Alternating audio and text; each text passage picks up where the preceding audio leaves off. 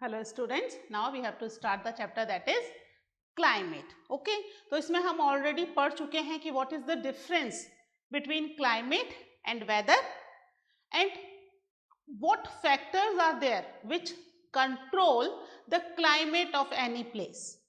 ठीक है, ये टॉपिक्स हमारे कवर हो चुके हैं. आज हम कवर करेंगे कि इंडिया के क्लाइमेट को कौन कौन से फैक्टर्स अफेक्ट करते हैं. वैसे तो वो जो हमने 6 फैक्टर्स पढ़े थे वो सारे फैक्टर्स अफेक्ट करते हैं, ठीक है, बट हम मेजर फैक्टर्स देखते हैं कि इंडिया के क्लाइमेट को क्या क्या फैक्टर्स अफेक्ट करते हैं. तो आज का हमारा टॉपिक है फैक्टर्स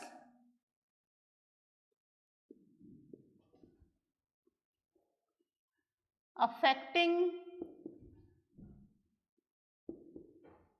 the climate of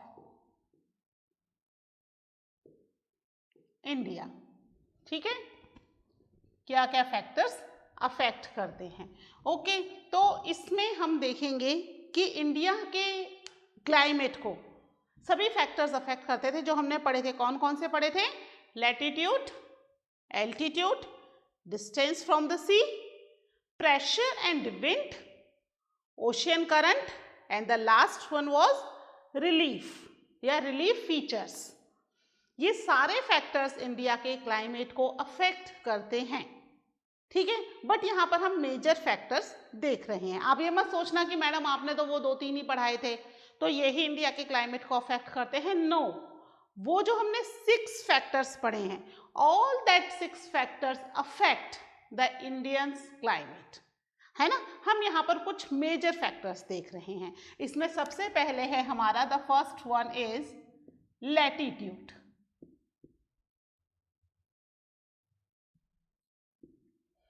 ठीक है, लैटिट्यूड कैसे इंडिया के क्लाइमेट को अफेक्ट करता है.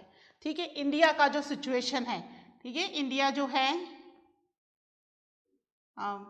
थोड़ा सा मैं इंडिया का रफ सा डायग्राम बना देती हूँ, है ना.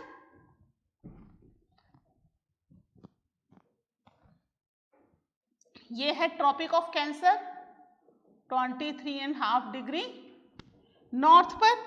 ठीक है, और यहां से इंडिया का जो पार्ट है, ठीक है, हाफ पार्ट इज डाउनवर्ड्स. ठीक है, और बाकी का पार्ट कैसे है? हाफ पार्ट इज अपवर्ड, है ना.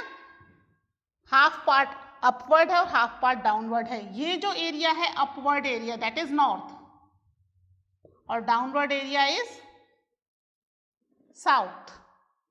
ठीक है, अब यहां पर जो एरिया है ये ट्रॉपिक ऑफ कैंसर है बच्चों, है ना. क्या है ये? ट्रॉपिक ऑफ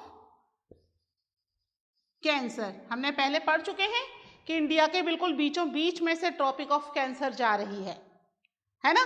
तो इंडिया के बिल्कुल बीचों बीच में से जा रही है, यानी हाफ पार्ट अपवर्ड और हाफ पार्ट डाउनवर्ड्स है. अब जो अपवर्ड पार्ट है उसको हम क्या कहेंगे? This is known as the subtropical area, और ये है ट्रॉपिकल एरिया, है ना, साउथ का ट्रॉपिकल एरिया. क्या फर्क है ट्रॉपिकल और सब ट्रॉपिकल एरियाज में? जो ट्रॉपिकल एरिया है इसके नीचे से इक्वेटर जा रहा है ना. अब जो सनलाइट आएगी वो इक्वेटर पर से लेकर के ट्रॉपिक ऑफ कैंसर तक अच्छी सनलाइट आएगी. ठीक है, ट्रॉपिक ऑफ कैंसर के ऊपर के पार्ट में सनलाइट जो है वो क्योंकि स्लांटिंग हो जाएगी तो लाइट क्या हो जाएगी? सन की कम हो जाएगी, डिक्रीज हो जाएगी. यानी इस एरिया में सनलाइट ज्यादा है और this area receive the less sunlight. यानी कि due to this latitude India जो है it experience subtropical climate as well as tropical climate. दोनों क्लाइमेट जो है वो इंडिया एक्सपीरियंस कर रहा है. किसकी वजह से? Due to this latitude. कौन सा लैटिट्यूड है? ट्रॉपिक ऑफ कैंसर, जो कि इंडिया के बीच में से जा रहा है, लगभग इंडिया को 2 हाफ पार्ट्स में डिवाइड कर रहा है। बात समझ में आई? ठीक है, तो लैटिट्यूड जो है वो इंडिया के क्लाइमेट को अफेक्ट करता है या नहीं करता? करेगा ना, क्योंकि लैटिट्यूड के हिसाब से आधा इंडिया अपवर्ड पोजीशन में है ट्रॉपिक ऑफ कैंसर के और आधा इंडिया डाउनवर्ड एरिया में है। तो दोनों ही क्लाइमेट इंडिया को अफेक्ट करते हैं। ठीक है, यहां क्या कर रहा है, almost half of the country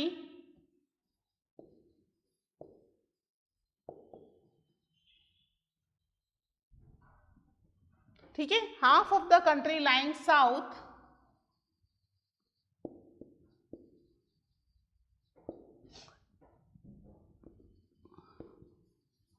of the Tropic of Cancer and half क्या हो जाएगी, and half north part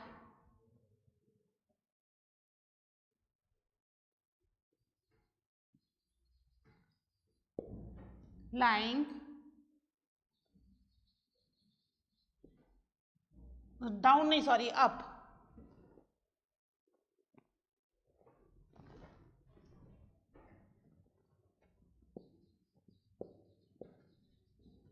upward of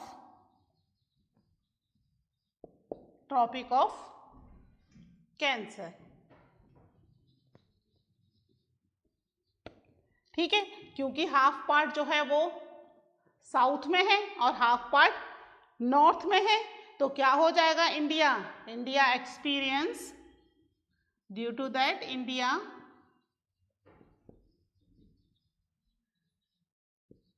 experience tropical as well as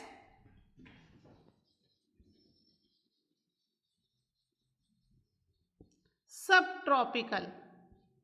ठीक है, tropical as well as subtropical climatic conditions.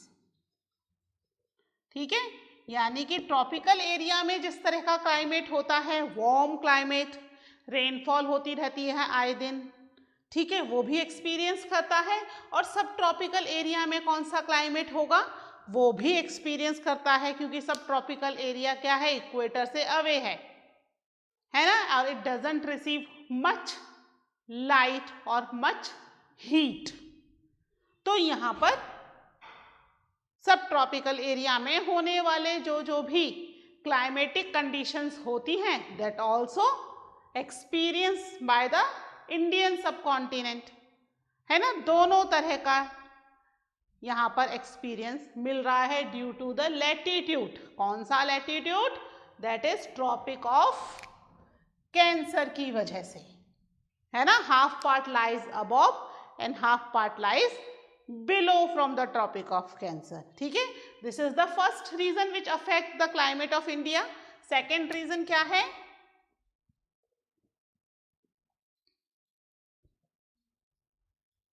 Altitude. ठीक है, altitude कैसे हुआ, height, altitude का मतलब तो हाइट ही हुई ना, तो हाइट कैसे कर रहा है, इंडिया का जो ऊपर वाला पार्ट है वहां पर पूरे में इस तरीके से हिमालय है ना, हिमालय क्या करता है, इंडिया के लिए कुछ करता है, जैसे जैसे हम ऊपर जाते हैं टेम्परेचर तो डिक्रीज हो रहा है, दैट ऑलरेडी वी स्टडी। इसके अलावा इंडिया के बाहर से, इंडिया के अपवर्ड पार्ट में जाएंगे तो वहां से जो एक्सट्रीम कूल विंड्स आती हैं, इनको ये हिमालय रोक लेता है, इंडिया में एंटर नहीं होने देता। क्योंकि वो इंडिया में एंटर नहीं हो पाती हैं, दैट कूल विंड्स, कौन सी विंड्स, अभी विंटर में चलने वाली कूल विंड्स, इंडिया में एंटर नहीं हो पाती वो cool winds due to the Himalaya, क्योंकि हिमालय की एवरेज हाइट 6000 मीटर है, एवरेज हाइट मतलब जो हमारी हिमाद्री रेंज है वहां पर सभी माउंटेन लगभग 6000 मीटर के तो हैं ही। तो वो जो हिमाद्री रेंज है वो इन कूल विंड्स को इंडिया के अंदर एंटर होने से रोक रही है। उससे क्या फायदा मिल रहा है कि इंडिया में जो विंटर है वो ठीक ठीक है, बहुत एक्सट्रीम विंटर नहीं हो रही। अगर ये कूल विंड्स इंडिया में एंटर हो जाएंगी तो इंडिया में जो विंटर है it becomes very extreme cool, है ना, बहुत ज्यादा ठंडी हो जाएगी। ठीक है, तो ये इंडिया को रोक रही है, इंडिया में उन विंटर्स कूल विंड्स को एंटर होने में। अब एक चीज और, जब रेनफॉल होती है, रेनफॉल होती है, जो क्लाउड्स हैं, क्लाउड्स इस हिमालय से टकराते हैं और वापस आ जाते हैं, टकराते हैं और वापस आ जाते हैं। क्यों वापस आ जाते हैं? हिमालय की हाइट इतनी ज्यादा है, उससे टकराएंगे वापस आ जाएंगे, यानी वो यहाँ से क्रॉस होकर के इंडिया छोड़कर नहीं जाने दे रहा हिमालय उनको। हिमालय ने कहा जो क्लाउड्स इंडिया में आ गए वो इंडिया में ही बरसो, इंडिया को छोड़कर नहीं जा सकते। हिमालय एक बैरियर बन करके खड़ा हुआ है जो कूल विंड्स को आने से रोक रहा है।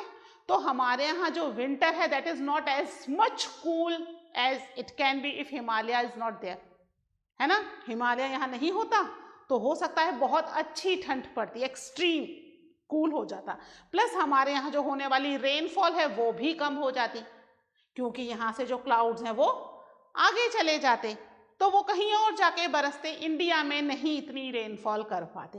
तो ये जो एल्टीट्यूड है, हिमालय है, हिमालय इंडिया के लिए बहुत ही प्रोटेक्टिव है और बहुत ही इम्पोर्टेंट भी है ना। पुराने समय में इन्वेडर्स को आने से भी रोकता था।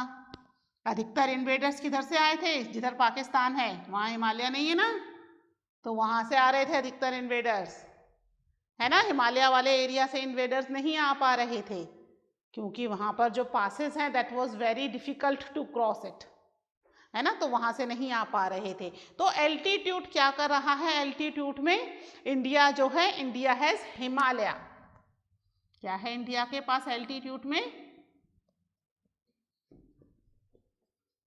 India has Himalaya to its north, है ना। पूरी नॉर्थ रेंज जो है वो हिमालय से बाउंड हो रही है। ठीक है, ये क्या कर रहा है? इसकी हाइट कितनी है? Which has N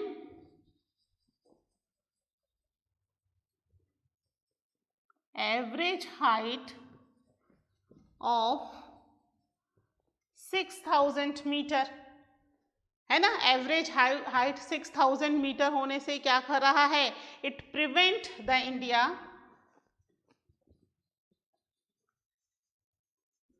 it prevent the country from the cool winds, ठीक है, ठंडी हवाएं फ्रॉम सेंट्रल एशिया,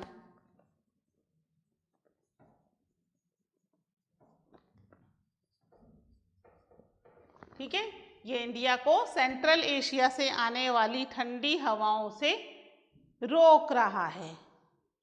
ठीक है, इंडियन सब कॉन्टिनेंट में वो ठंडी हवाएं नहीं आ पा रही।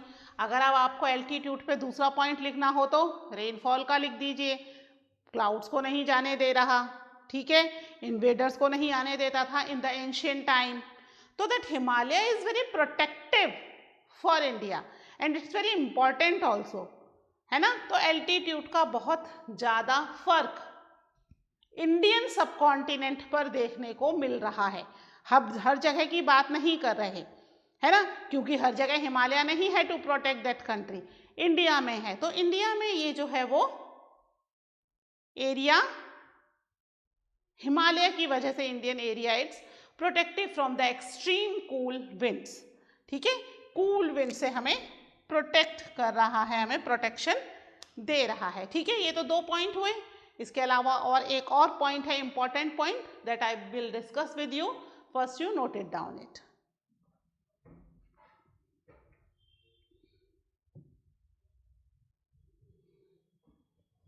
ठीक है, तो ये जो है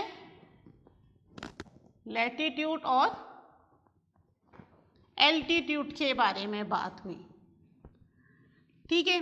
इसके अलावा इंडिया के क्लाइमेट को प्रेशर एंड विंड्स कंट्रोल करती हैं, है ना। विंड्स के हिसाब से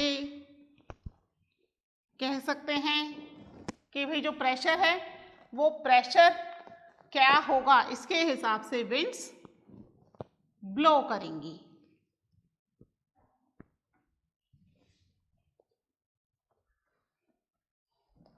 ठीक है, थर्ड पॉइंट क्या है, that is pressure and wind.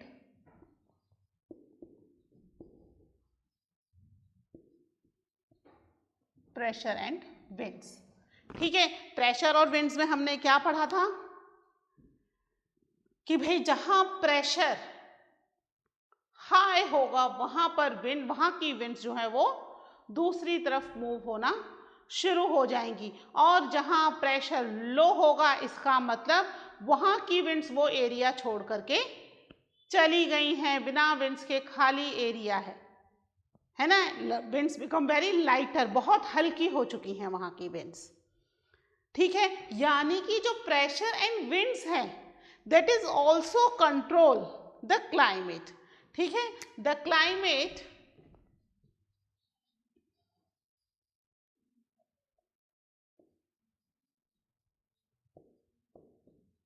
is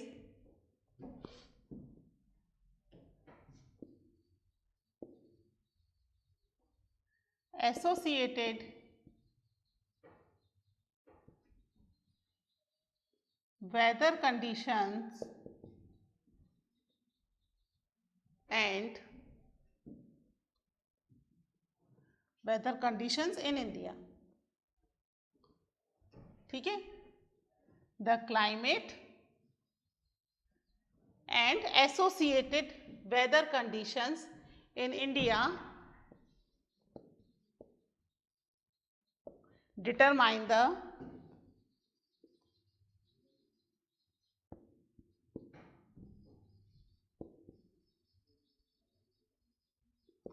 climatic conditions,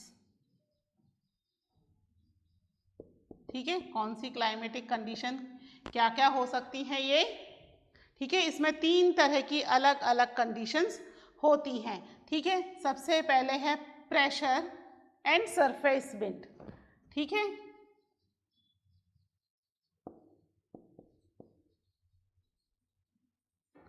surface winds, ठीक है। सरफेस विंड क्या होंगी, the winds which blow on the downwards area, है ना। नीचे की तरफ जो विंड्स ब्लो हो रही हैं, ऊपर नहीं ब्लो हो रही, ऊपर की तरफ दूसरी विंड्स ब्लो होती हैं, ठीक है। प्रेशर एंड सरफेस विंड्स के बाद हम पढ़ेंगे next the upper air circulation,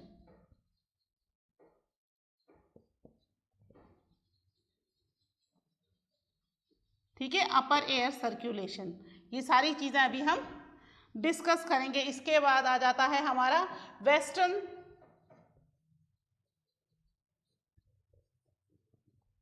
cyclonic disturbance, ठीक है। Western cyclonic disturbance and tropical cyclone,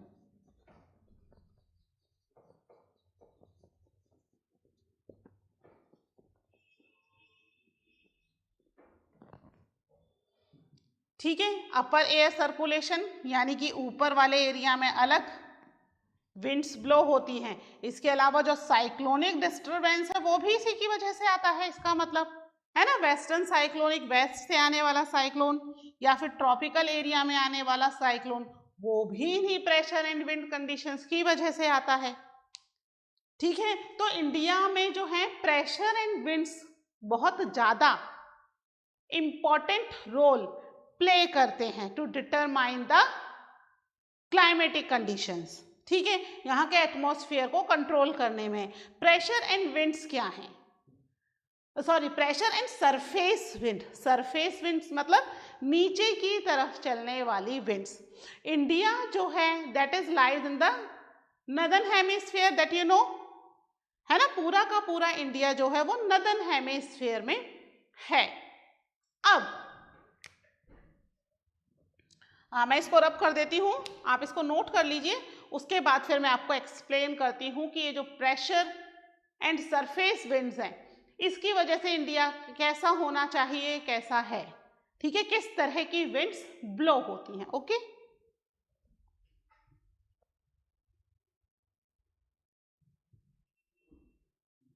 ठीक है, इसको रब कर रही हूँ।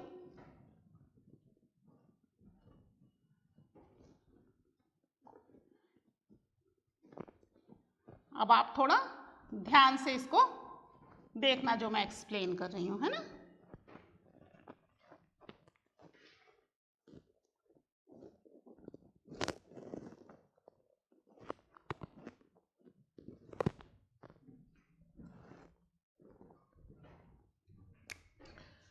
ठीक है, अब जो अर्थ है,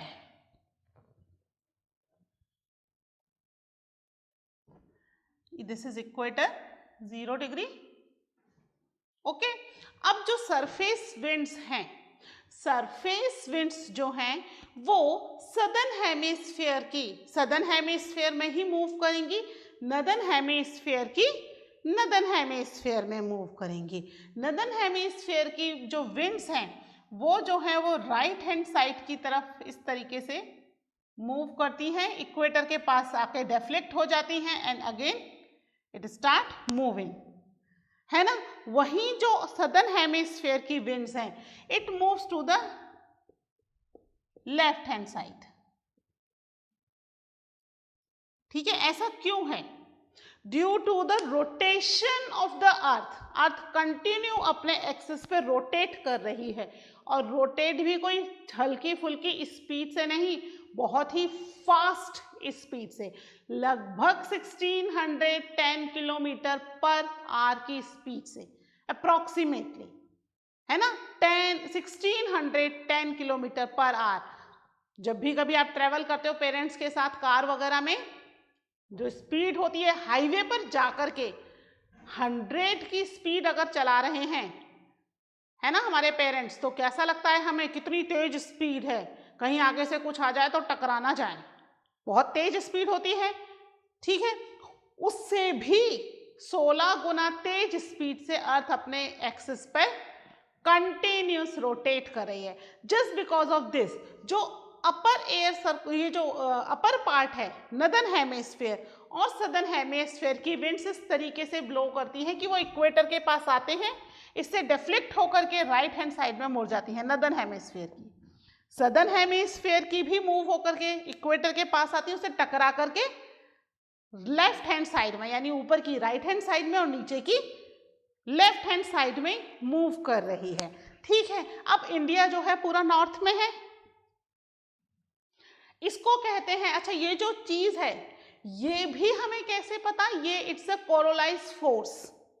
ठीक है, कोरोलाइज फोर्स जो कि फेरल्स लॉ भी कहलाता है, इसको बाकायदा एक साइंटिस्ट ने फाइंड आउट किया है कि ऐसा क्यों है, ये जो विंड्स हैं वो क्यों ब्लो हो रही हैं, कहाँ की विंड कहाँ ब्लो होंगी, कैसे ब्लो होंगी, ये चीजें उन्होंने पूरी फाइंड आउट की हैं।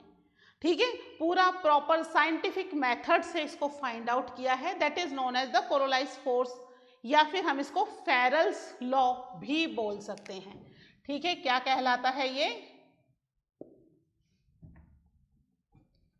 कोरियोलाइज, है ना, कोरियोलाइज फोर्स। ठीक है, according to the Coriolis force क्या हो रहा है, एन अपरेंट फोर्स, एक अपरेंट फोर्स लग रहा है,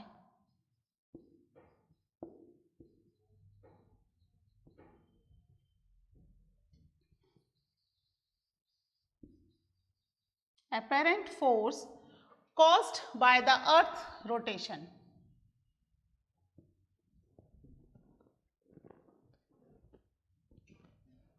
किसकी वजह से, caused by the earth rotation। ठीक है, क्योंकि अर्थ अपने एक्सिस पर कंटिन्यू रोटेट हो रही है with the very high speed, तो उसकी वजह से जो फोर्स लग रहा है अर्थ पर, ठीक है, उसकी वजह से कोरोलाइज फोर्स आ रहा है, ठीक है। ये कोरोलाइज फोर्स क्या कर रहा है? The Coriolis force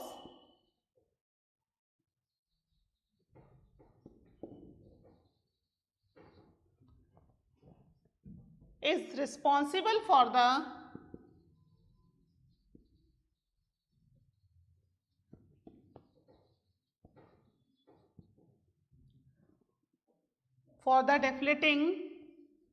deflecting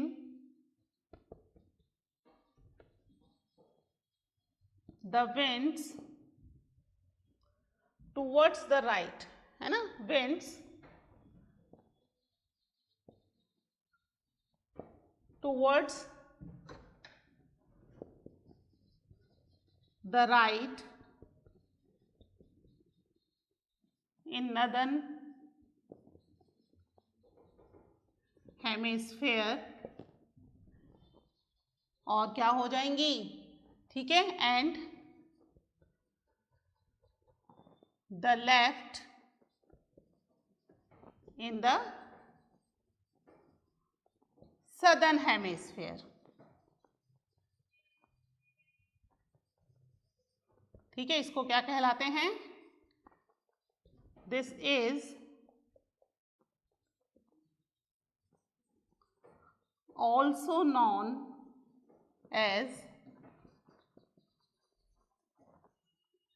फेरल्स law, ठीक है, इसको फेरल्स लॉ भी कहते हैं। फेरल्स जो थे the person which invented it, ठीक है, उनके नाम से इसको फेरल्स लॉ भी कहा जाता है, ठीक है। तो अकॉर्डिंग टू दैट जो सरफेस विंड्स हैं क्या हो जाएंगी, नदर्न हेमिस्फीयर की किधर की तरफ मूव कर रही हैं, राइट, और लेफ्ट में कर रही हैं सदर्न हेमिस्फीयर की, कंटिन्यू ऐसे ही मूव होंगी। Now come to the India, India के बारे में बात करते हैं। जो इंडिया है that is lies in this side, है ना, ट्रॉपिक ऑफ कैंसर जा रही है ना इंडिया के बीच से, तो वो लगभग यहाँ पर है। इसका मतलब अब जो विंड्स यहाँ से मूव होकर के इंडिया आएंगी, है ना, ऐसे ही तो मूव होंगी सारी विंड्स, वो कौन सी इवेंट्स होंगी जो कि लैंड एरिया पर मूव होती हैं, है ना। यहां पर तो इंडिया के ऊपर चाइना है, चाइना के ऊपर यूरोप है, तो इसका मतलब जितनी भी विंड्स आ रही हैं इंडिया के ऊपर के एरिया से, वो सारा एरिया कैसा है, that is dry area. Land है ना, लैंड में थोड़ी कोई क्लाउड्स बनेंगे, क्लाउड्स का फॉर्मेशन लैंड में तो होगा नहीं, वो फॉर्मेशन कहाँ होगा, ओशन के ऊपर यहाँ पर। अब यहां से तो विंड्स आ ही नहीं रही, ये विंड्स तो ऐसे घूम रही हैं, तो यानी कि जो लैंड है यानी कॉन्टिनेंटैलिटी वाला इशू आ गया यहाँ पर कि कॉन्टिनेंट की तरफ से मूव होकर के आने वाली विंड्स जो हैं वो इंडिया में एंटर हो रही हैं। और अगर वो विंड्स इंडिया में एंटर होंगी तो क्या उनमें क्लाउड्स में वाटर होगा, क्लाउड्स होंगे क्या उनके पास, नहीं होंगे। यानी कि according to the surface wind India के अंदर रेनफॉल होनी चाहिए क्या,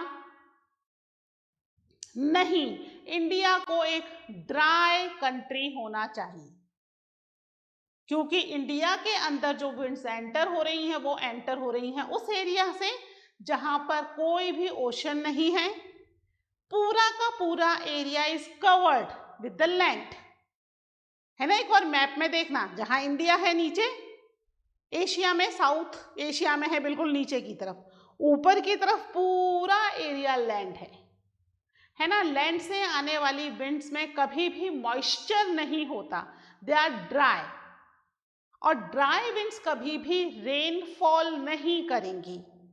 अब अगर वो रेनफॉल ही नहीं करेंगी, इसका मतलब इंडिया का जो हमने क्लाइमेट टाइप पढ़ा था ना, क्या पढ़ा था, क्लाइमेट टाइप मानसून टाइप, तो मानसून तो यहाँ आएगा ही नहीं, India become a dry country, ठीक है। लेकिन क्या इंडिया एक ड्राई कंट्री है, no, India is not a dry country. Why, क्यों नहीं है इंडिया एक ड्राई कंट्री, थोड़ा सोचो, मैं भी सोचती हूँ, फिर हम डिस्कस करते हैं इसको इन द नेक्स्ट लेक्चर कि इंडिया एक ड्राई कंट्री क्यों नहीं है, अभी हम अपर एयर सर्कुलेशन के बारे में and western cyclonic disturbance and tropical cyclone के बारे में पढ़ेंगे, but that we will discuss in the next lecture. ठीक है, till then take care, bye.